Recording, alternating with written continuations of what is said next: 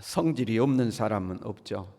아무리 순한 사람이라도 성질이 나면 그 화를 낼 수가 있죠. 오히려 그 순한 사람이 참고 있다가 화를 내면 더 무서울 때도 있죠. 하나님은 사랑의 하나님이시죠. 오래 참으시는 분입니다. 그런데 하나님의 심판의 때가 오면 무섭죠. 하나님이 오래 참으시다가 드디어 심판을 하시게 되면 무섭게 심판하시죠. 그냥 싸그리 다 뒤집어 엎어버리시고 쓸어버리시죠. 하나님이 오래 참으시는 동안 멋모르고 깐죽거리고 까불고 있다가 하나님의 심판의 때가 오면 아주 박살이 이제 나게 되는 겁니다. 하나님이 오래 참으시다가 심판하시게 되면 아주 싸그리 뒤집어 엎어서 쓸어버리시죠. 오늘 본문의 말씀이 예루살렘의 멸망을 예언하고 있는 말씀인데 꼭 그런 모습입니다. 하나님이 오래 참으시다가 하나님의 심판의 때가 예루살렘에 찾아오니까 하나님께서 그냥 아주 싸그리 다 쓸어버리시는 모습이죠. 주 만군의 여호와께서 예루살렘과 유다가 의뢰하며 의지하는 것을 제하여 버리시되, 하나님이 그냥 쓸어버리신다는 거예요. 곧 그가 의지하는 모든 양식과 그가 의지하는 모든 물과 그가 의지하는 모든 것들을 하나님께서 쓸어버리신다 하는 겁니다. 그냥 완전히 이제 제거해 버리신다 하는 거죠. 하나님이 오래 참으시는 동안에는 그들이 의지하는 것이 도움이 될 만했죠. 그 중에요, 그가 의지하는 모든 양식과 그가 의지하는 모든 물과 이렇게 되어 있죠. 일종의 물질입니다. 돈입니다.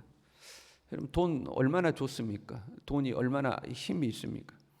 그런데 하나님의 심판의 때가 오면 이 돈이라는 게 아무 힘이 없습니다. 하나님이 후 부으시면 그 돈이 싹 사라져 버리죠.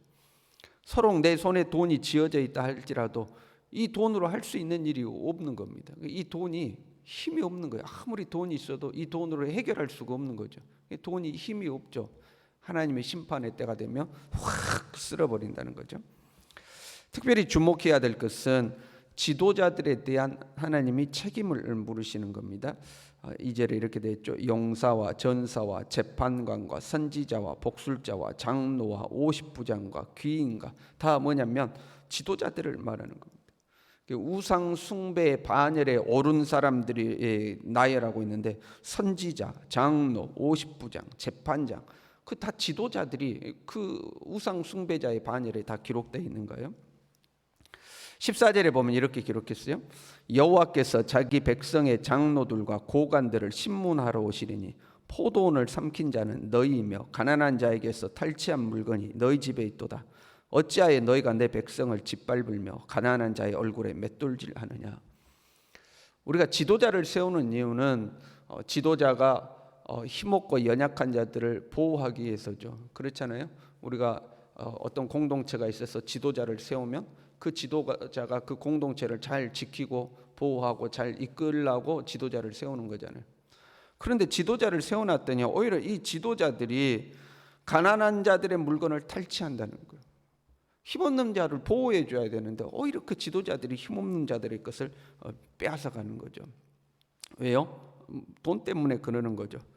돈은 의지할 만한 것이었잖아요. 그러니까 그 돈을 얻기 위하여 가난한 자들의 것을 탈취하는 장면입니다.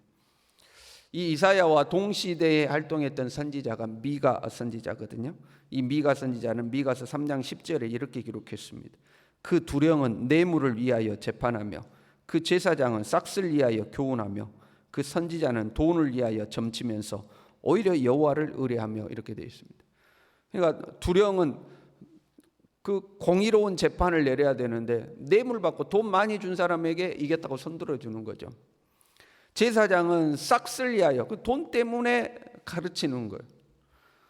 선지자는 돈을 위하여 점을 치되 이렇게 돼 있거든요. 그러니까 선지자가 완전히 점쟁이 된 거죠. 그런 거 있잖아요. 밥상 차려놓고 애언기도 하고 돈 받고 이런 거잖아요. 돈을 위하여 점을 치는데 누구를 의뢰해요? 여호와를 의뢰하면 그 하나님의 이름으로 점쳐주고 하나님의 이름으로 재판하고 하면서 하나님을 의지한다고 하면서 사실 목적은 돈에 가 있었다 하는 거죠. 이것이 당대의 지도자들의 이제 모습인 거죠. 그랬더니 하나님께서 그 지도자들을 싹 다 쓸어버리시는 거죠. 그리고 하나님은 소년들을 그들의 고관으로, 아이들을 그들을 다스리게 하신다 이렇게 했어요. 소년이나 어린 아이들이 그들을 다스리게 하신다 이렇게 돼 있죠. 그러니까 천국을 소유하게 될 어린 아이와 같은 자들이 너희들을 다스릴 것이다. 그런 의미의 말씀이 아닙니다. 그런 의미의 말씀이 아니고 백성의 지도자들이 다 제거되어서 역사적으로 보면 포로 잡혀가거나 죽임을 당하게 되죠. 경험도 없고 미숙한 자들, 그냥 아이 같은 자들이 너희를 다스리게 될 것이다. 그런 의미가 됩니다. 백성의 지도자들을 하나님이 싹 다 쓸어버려서 지도자가 될 만한 사람이 없는 거예요. 이게 아주 미숙한 사람이 너희들을 다스리게 될 것이다. 그러면 어떻게 되겠어요? 5절에 이렇게 돼 있어요. 백성이 서로 학대하며 각기 이웃을 잔해하며 아이가 노인에게 비천한 자가 존귀한 자에게 교만할 것이며, 사회의 질서가 완전히 무너져 버리는 모습입니다. 사회 질서가 완전히 무너지고 사회가 혼란스러워지는 거죠. 왜냐하면 지도자 자질이 없는 사람들이 지도자를 하니까 그냥 그 사회가 엉망이 돼버리는 이런 상황이 벌어진 거죠. 거기다가 지도자가 이제 될 만한 사람도 아예 없어요. 이렇게 이야기해요. 6절에 혹시 사람이 자기 아버지 집에서 자기의 형제를 붙잡고 말하기를 네게는 겉옷이 있으니 너는 우리의 통치자가 되어 이 폐허를 내 손 아래 두라 할 것이며, 너는 겉옷이 있으니까 통치자가 되라, 이제 이런 말이거든요.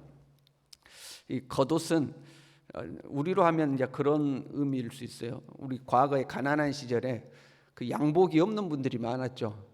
그래서 어떤 행사에 가려면 양복이 있어야 되는데 양복이 없어서 양복을 빌려 입고 이제 가는 그런 경우가 있었잖아요. 지도자에 서려면 지도자의 양복을 입어야 된다고 생각해봐요. 근데 양복이 없는 거예요. 근데 이 사람이 양복이 있어요. 야, 네 양복 있네. 근데 그 옷 입고 거기 서면 되잖아요. 네가 지도자해.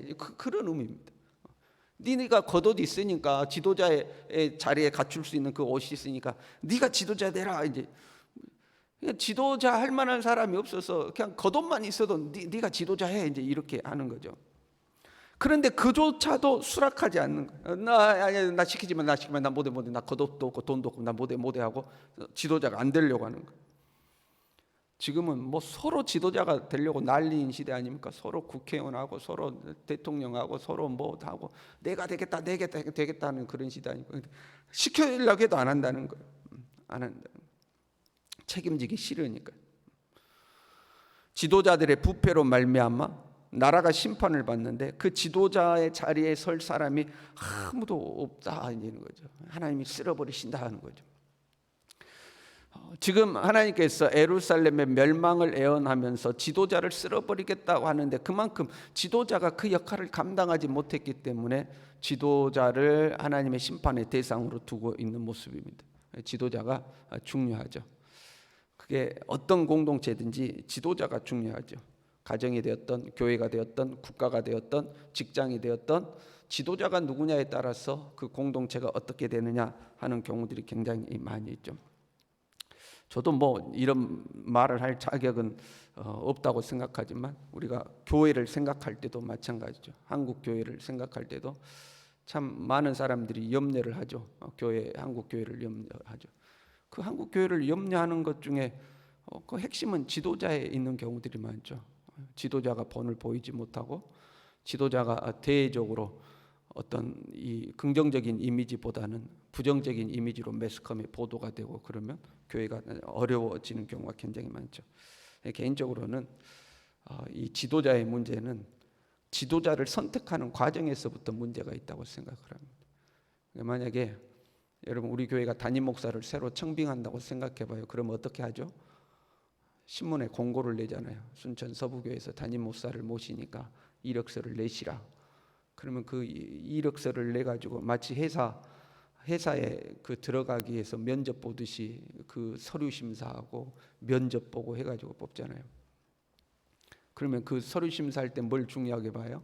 학벌을 중요하게 봅니다. 공부를 어디까지 했는가. 근데 여러분 그게 불합리한 것들이 많아요.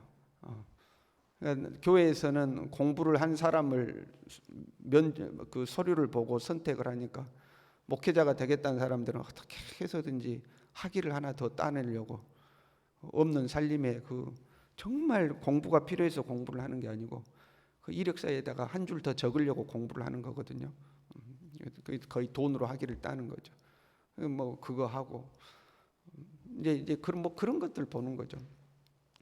지금은 그 예전에 없었는데 요즘은 뭐가 있냐면요. 이력서 낼 때 그 추천서를 같이 내라고 되어 있습니다. 그게 또 유행이 됐어요. 그러니까 다른 목사님이 당신을 추천한다는 추천서를 같이 내라 이렇게 되는 거죠. 그 사람에 대해서 모르니까 당신을 추천해주는 목사님이 누구냐 하는 거죠. 그러면 시골의 개척교회 목사가 추천해 주는 게 좋겠어요? 도시의 큰 교회 목사가 추천해 주는 게 좋겠어요? 그래도 이름 있는 목사님이 추천서 써주는 게 좋지 않겠어요? 그러니까 또 그 큰 교회 목사님한테는 추천서 써주라고 또 사람들이 줄을 섭니다. 그러면 추천서 써주라면 나 당신 추천서 못 써줍니다. 그럴 사람이 누가 있어요? 또 다 그냥 추천서 써줍니다. 최근에는 추천서를 3통을 내라 하는 데도 있어요. 목사님에게 추천서 받고 장로님에게 추천서 받고 친구에게 추천서 받아라고 해서 3개나 내라고 돼요. 여러분 우습지 않습니까? 그걸 보고 지도자를 선택하는 것 자체가 우스운 겁니다. 과거에는 어떻게 했어요, 여러분?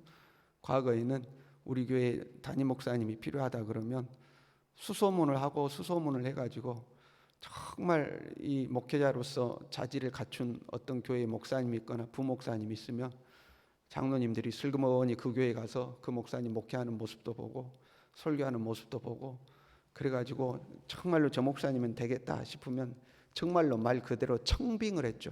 청빙을 했어요. 우리 교회로 꼭 오시면 좋겠습니다 하고 모셔가는 거거든요. 모셔가는 거거든요. 근데 지금은 그 입사시험 보는 거하고 거의 비슷하게 되었습니다. 그래가지고는 사실 제대로 걸러내지 못한 경우가 많습니다. 그러니까 지도자를 선택하는 과정에서부터 사실 문제죠. 그럼 장로님들도 사실 그렇습니다. 장로를 선택하는 과정에서부터 문제가 많죠. 그러니까 장로가 되는 것을 명예로 생각하는 경우가 굉장히 많이 있습니다. 장로가 되기 위해서 우리 교회는 그런 게 없지만 큰 교회들 가면 마치 국회의원 선거운동하듯이 선거운동을 해야 밥도 사주고 뭐도 하고 말 그대로 국회의원 선거운동하는 거. 그래가지고 이제 지도자의 자리에 오르는 거죠. 그 오르고 나면 이제 헌신하지 않는 겁니다. 헌신하지 않는. 지도자를 선택하는 이 과정에서부터 뭔가 우리가 문제가 있지 않는가 하는 저도 그 말을 한국 교회를 논할 자격은 없기 때문에 그렇지만 혼자만의 고민을 할 때가 있습니다. 이거는 문제가 있다 하는 이제 생각이 들 때가 있어요. 어찌 됐든 간에 지도자의 문제에 대해서 우리가 고민을 해볼 필요가 있어요. 유다와 예루살렘의 지도자들이 이제 변질되고 타락한 거죠.